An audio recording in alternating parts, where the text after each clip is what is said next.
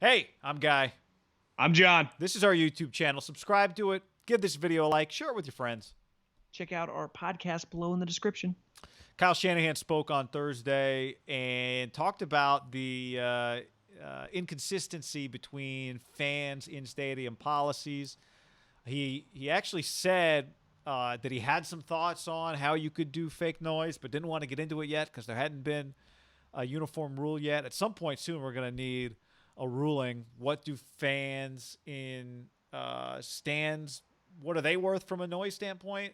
Are you able to add additional noise if you have fans in stands? If you have no fans in stands, do you get to add your own noise? Is fans in stands a good band name? I mean, there's so many questions Not that are terrible. running Not through, running terrible. through my Fans head. stand. Um, What would be your solution? my gut instinct is no fake crowd noise. Now, baseball has crowd noise in the stadiums, as we've learned. Not really, Doesn't a impact the factor. game like that. Yeah. I'd be curious in the postseason. It's going to get really loud, vuvuzelas. My gut reaction would be no crowd noise. Two reasons: one, for who, for what. Two, the more we can hear, the more unique an experience it is, the better it is. Um, But you see, basketball, you don't get to hear the players talk. And you text me that's one right. day, one It's game, pretty you're like, good. "Where are all the F words?" After like a week, "Yeah, I'm like, why can't I hear any of the basketball players? you don't hear anything. It's Um, no different." I will say this: baseball, I do think having, and basketball too, just some ambient crowd noise is nice. So maybe I would do just some ambient atmosphere noise. That's different than, are we pumping this thing up to 110 on third down? Third down, thunder! Ah, those are two different things. I would be of the camp that the home team, and you'd have to bring in an audio guy because the business guys aren't going to know decibel levels, but give the normal decibel levels that you'd run on game day, you're allowed to run when the home team is on defense. Because I do think there has to be something, and we'll get into gambling as the season goes. I don't know what a 3-point spread means this year for the NFL, right? You automatically get 3 points for the home team typically. So when you see a home team as an underdog, you're like, that's actually like a 5 or 6 point swing. I don't think you have to do that this year because if you're playing the Saints or playing Seattle and they don't have fans, it ain't the fucking same thing.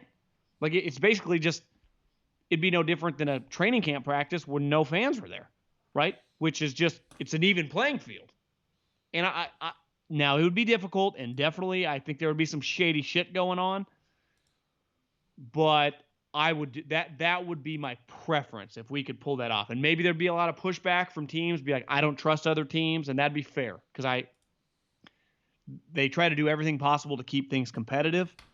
That would be something that, remember historically people said the Colts forever pumped in noise, the Falcons, the Saints. It is a huge advantage for the dome where it feels like you can't hear yourself.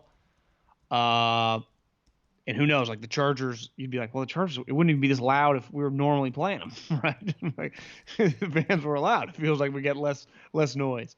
But that's my gut instinct on what I think would be fair. Because you have to give some advantage of playing at home, I believe. Because you're right, in baseball, the difference of playing on the road or at home are parks, right? And Yep. weather, like part of playing against the Giants at night, it's cold. You go to Cincinnati in the summer, it's hot and it's a bandbox. It's not like the crowd's at Yankee Stadium. No, it's a short left porch, right? That's how we talk about baseball. Basketball, definitely for the playoffs, the crowd impacts. I say the regular season, it's more just the travel. Like, are you on a back-to-back? Where are you coming from? In football, it's legitimately like, fucking LSU at night. You're playing Ohio State at Ohio State, right? You're playing Eugene at night. It's the crowd noise is, I don't want to say everything in football. The team is everything, but they named in Seattle, and rightfully so, the 12th man. It does play a role, guy. Yeah. So It's hard. I mean, Vegas quantified it at 3 points over the So years. what would you try to regulate it even? Because my idea was you just take a audio file, you send every team, like there's like 15 different ones, so everybody's not listening to the same thing, crowd noise, and you just tell people you can pick from any of these. When you're on defense, these can be as high as volume 20 or whatever the decibel level is. And every road team would have like a decibel sounder to make sure they never go over 20. Bills over there. These were calibrated differently. We have a 25 here. You're like, what is Belichick doing over there? And he's got like a sound thing out. He's yelling at he's pointing at the officials like, look at my. So you would have that, and Do you you would agree just though give that teams. there should be allowed something like what? Or are we just gonna do just universal crowd noise from the TV and it's gonna be quiet in there? I also think he gives the players some juice. Part of being a football player, like in baseball, there's a monotony to the sport. You're just playing every day. Obviously, you get juice if the stadium is full, but you're playing basically in a normal year, everybody, right? So you're seeing some crowds that are small. You're seeing some day games where no one's there. I mean, teams like the A's, you don't have that many fans to begin with. I'd say for the most part in the NFL, every stadium's relatively full, right? Like you don't hear many guys like, yeah, this season pretty empty. I mean, if a game, right? especially, yeah. There is some juice to, like, even if you're on like an average team, you get a lot of juice. Like you look out, there's 80,000 people watching you. Most of these guys, like coming from the Power 5 conferences, like if you come from Oregon or Bama or fucking Michigan, you're used to it sounds cheesy or whatever, a little bit gladiator warrior mentality of everyone watching you go to battle, right? It's a physical sport. We romanticize the talks before the game, right? Bum, bum, bum, bum, bum, bum, bum. Slow motion. But it's just, I think you feel it when you're watching like a big Monday or Sunday night game. The crowd's going. You're like, it's what football has to its advantage. But I also think it helps. They're human, so you have a guy across from you trying to tackle you or move you. You're gonna naturally react. But there's some juice to the crowd for the sport, where I think baseball. I don't know about you. Whenever I watch a baseball game, it looks completely normal. Like I feel like the guys are playing especially with as hard as they normally would. Especially with like the fake crowds, just kind of to the side eye, right? If you're not just like staring at it, it does look like just a normal crowd. I think that is. I do wonder a little bit if some football guys would feel like, say, the Rory McIlroy comment, like, God, it's a little harder to get the juice. Now, once you get lit up, it'll like be a boxing match. Once you get hit, you kind of come to. But the difference is baseball is playing 60 games. Like these guys are playing like baseball for the players. I think it might be a little easier to psych yourself up. Your season is so short relative to what you're used to. Yeah, sure. For golfers, like this must feel like the longest. All of a sudden, it feels like a really long season for golfers because they have no fans. You can't. It's hard to take tournaments off because each tournament, like leading up to the FedEx playoffs, was so valuable, right? So guys are playing like 6 weeks in a row. I saw Tiger say he thought it was a huge disadvantage for him. That he's like, typically, when you play with me or play in groups around me, there are a lot more people. And he's being arrogant, but he's also just speaking the truth. Like I've been doing this for 25 years with everybody watching me. Like that is my advantage. Just movements, a guy, cart moving, a fan moving. In football, it's less about the ambient like movement in the back, but it is about the noise of them. No doubt. Would you, just to be clear, though, you would not give like the Seahawks the right to play their music louder than you would allow the Panthers to do it. No, it would all be the same noise level, but I would allow the home team to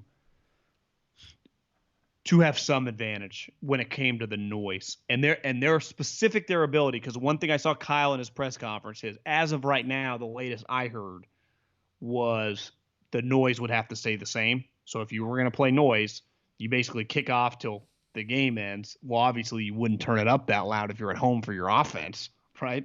So he's like, what's the point of that? And I'm in agreement with him. But if the league just wanted to do that, just like that way, just probably all be relatively low, that'd just be their universal. My pushback would be, I do think you should allow teams, and maybe they would say, we don't trust our teams. This is going to be a controversy. And I'd be like, well, it'd be good for business. I'm fine with that. Because I do think there would be some teams, and just a natural, when you play a limited amount of games, we know this in football. Football coaches are so fucking paranoid.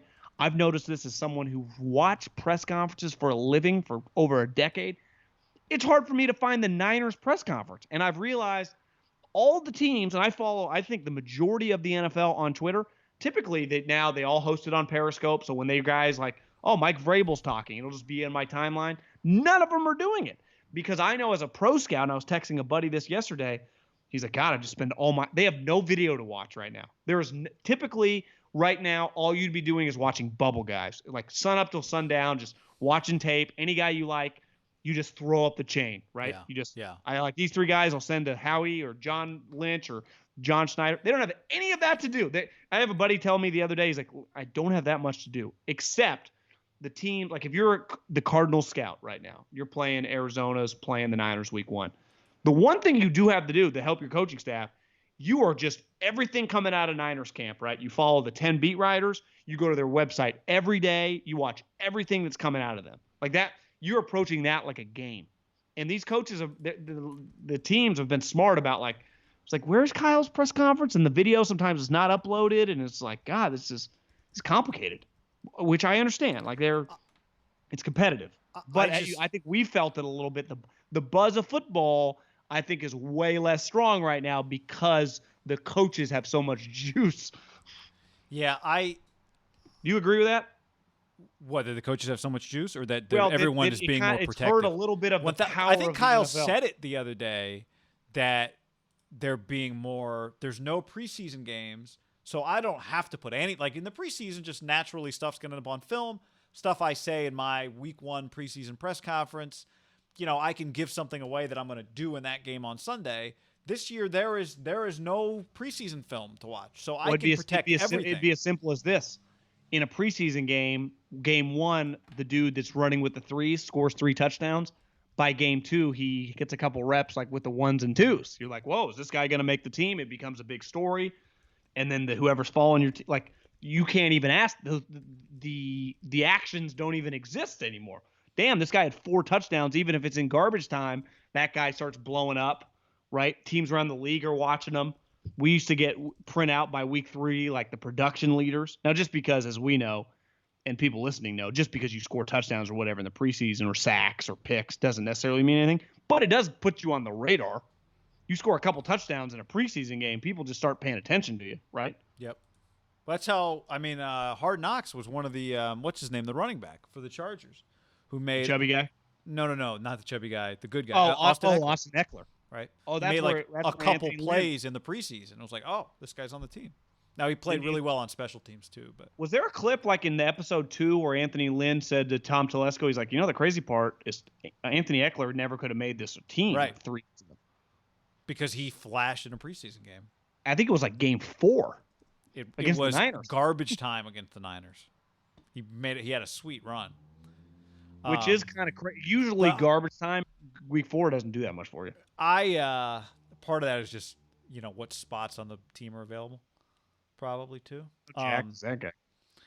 I got to tell you though, I would be my vote would be no, we're not letting you control your in-stadium volume and making it louder on third downs. And it's risky. But like, we got football. We don't have to pretend like we're not in a weird year, right? I just don't know if we can trust teams to. Yeah, I think the league will just mandate nothing, right? Yeah. Just mandate in the sense of if you're going to play music. But then Kyle and the guys who can't have fans would say, wait a second, but we go play some teams, they have fans, so our home games are less valuable. And I would say that's sucks. where That's like, true. okay, that sucks. Sorry. Well, to me, that's not fair. If the Chiefs it's can not have fair, but it's like, what are we supposed to do about it? Well, then you have to allow me to play music like they're playing music on defense. Like you can't allow the Chiefs who have. Well, yeah. I mean, to me, you'd have to say either you're not playing music or playing music. But what I'm saying is you don't get to play music while a play is going on anyway. This isn't basketball. No. You would just get to play it like normal time, right? I'm saying if the Chiefs have 17,000 fans, does that mean the 49ers get to play fake crowd noise? And if they do, does it get to be as loud as a full stadium or just a stadium with 17,000 people? Because I don't think that's But I think what the Chiefs will do is they'll just play music really loud when they're on defense, right? Just like they normally would. Well, yeah, but anybody can play. But what I'm saying is the music isn't while the quarterback's at the line of scrimmage. It's during commercial breaks. It's during, right? The music is not happening when you're at the line of scrimmage calling out plays. Is it not? I don't think your left tackle. I think that's just crowd noise. Like whatever the music rules are, those don't change. I would just say Yeah, you're right. Because they usually get cut off like 15 seconds before the play or whatever. And maybe it should be even more. Maybe, yeah. I mean, everybody should have the same music rules. The question I have is, should you be able to play fake crowd noise in your stadium if other stadiums are allowed to have real fans? And I would say, So well, how you see, loud? I wasn't even thinking crowd noise. I was thinking like fucking just rev Metallica. Right. Like, See, I would you know. not do any of that. It's either Yeah. fake crowd noise or nothing to me. Now you can still play the normal music that you normally play whenever you Could play you it. imagine if they did allow that and whatever song was the best, everyone would start playing that song? It would just be like, for everyone who doesn't know, we go to practices and there's just like the Niners, a lot of teams just have a DJ. You just have that guy at like the 50, just spinning, taking requests from Give us players Pantera again, on the field. Pantera again. All right, let us know what you think about this down in the comments.